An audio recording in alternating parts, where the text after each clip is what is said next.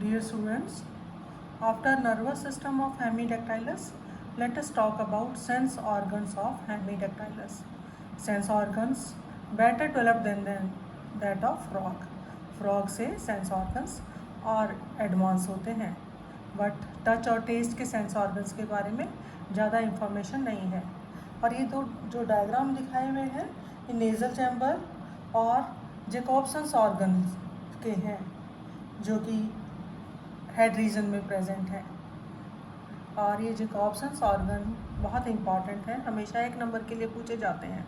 What are Jacobson's organ, in which animal these are found? olfactory organs. Sense organs of smell are termed as olfactory organs. दो तरह के होते हैं, olfactory sacs and Jacobson's organ. तो Jacobson's organ का क्या काम होता है? सेंस ऑफ स्मेल के लिए सेंसिटिव है ये. तो आप इनके फंक्शंस में लिखोगे कि स्मेल सेंस देते हैं ये हेमिडैक्टाइलस में.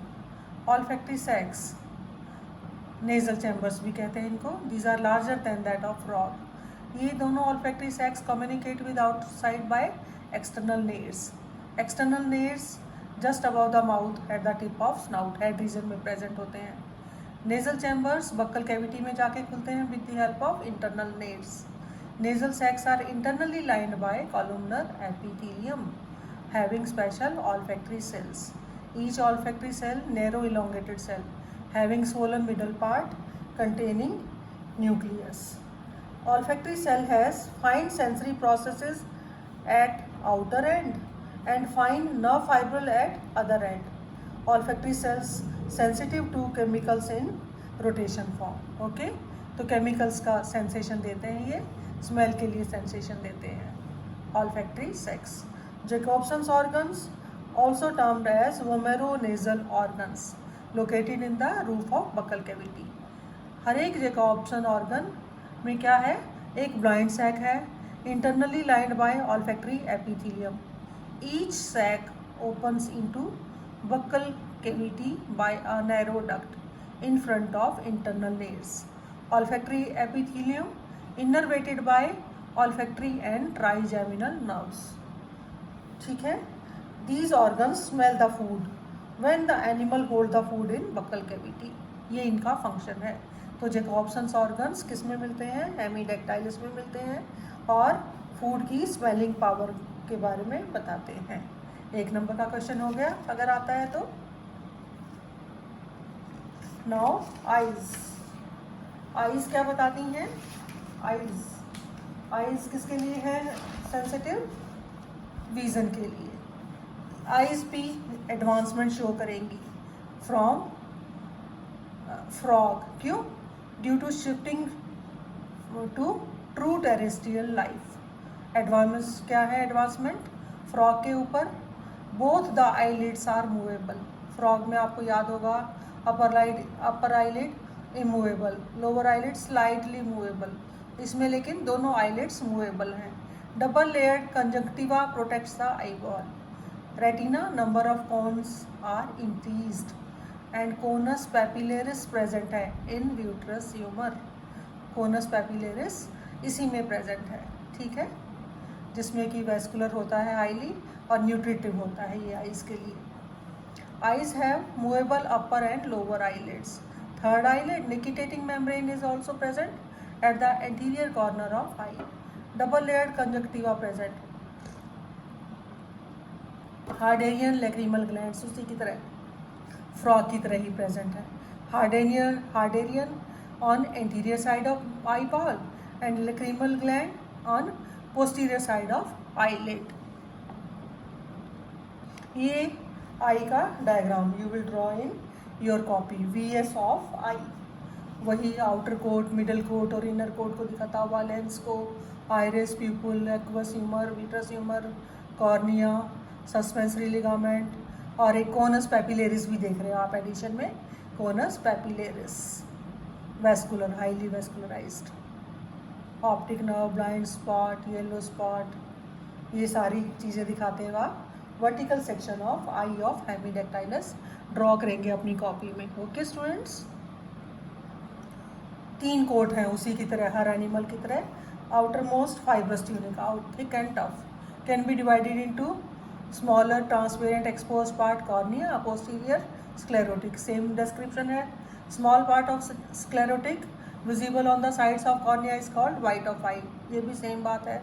Sclerotic cartilaginous है and externally supported by sclerotic ossicles. Fibrous tunic maintains the shape of eyeball and helps in protection. Easy description. Choroid, middle coat, middle vascular and pigmented layer, differentiated into 3 layers. Sclerotic, inner part, sclerotic के inner की side choroid, which darkens the eyeball, and uvea forms a thick ring ciliary body at the junction of sclerotic and cornea, ciliary body. In the anterior part of eyeball, uvea forms a circular partition termed as iris. It is perforated by an aperture pupil. Iris has circular and radiant muscles to reduce and enlarge the pupil respectively. On iris, pigment cells are present which give light orange color to the eye. Okay? Fibrous coat हो गया, middle coat हो गया, third है retina, innermost layer, differentiated into 3 parts, हर animal की तरह. Inner to choroid is optical part, thick and sensitive, contains more cones than rod cells. So it has better day vision than night vision. Optic nerve arises from retina, from the point termed as blind spot. Area centralis or yellow spot is present opposite the lens. From the blind spot, a pigmented blackish brown highly vascular conus papillaris, ये याद करना है, projects into vitreous humor. Okay? A biconvex transparent crystalline lens is present behind the iris. Lens covered by annular pad. Annular pad क्या है? Soft tissue का ring है. Lens is suspended from ciliary body by suspensory ligament. Cavity of eyeball divided into 2 unequal parts by lens and suspensory ligament. वही same aqueous chamber and vitreous chamber. दोनों में humor present हो गया, aqueous humor and vitreous humor. Okay students, this is about eye of hemidactylus. Next, let us talk about organs of hearing. A pair of ears are present. ये diagram भी अपनी copy में draw करेंगे आप. VS of ear region. In hemidactylus, external ear is poorly developed. Frog में तो था ही नहीं external ear, इसमें poorly developed है. In the form of small vertical pit behind the eye called external auditory meatus. At the base of it, tympanic membrane or tympanum is present. Middle ear present in the form of air-filled cavity called tympanic cavity, bounded externally by tympanum and internally by auditory capsule. ठीक है students? It consists of one ear ossicle only called columella oris.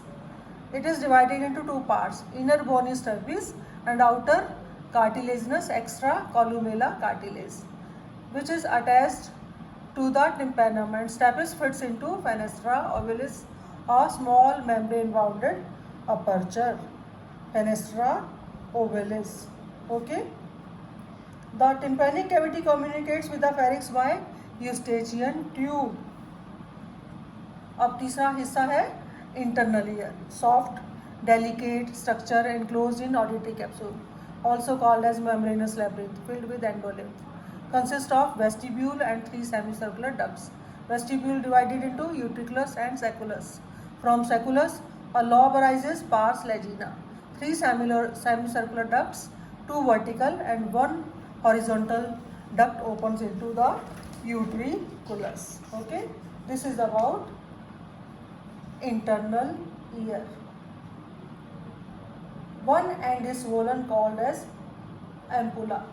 सेमीसर्कुलर ducts का एक end swollen होता है, ampulla कहलाता है. Narrow tube ductus endolymphaticus extends dorsally from sacculus to end blindly over dura mater. Organs of hearing along with hearing help in maintaining balance in the body like other animals. वही same काम है, hearing and maintaining balance of body. तो easy description है eyes का भी और ears का भी. This is about sense organs of hemidactylus. Thank you.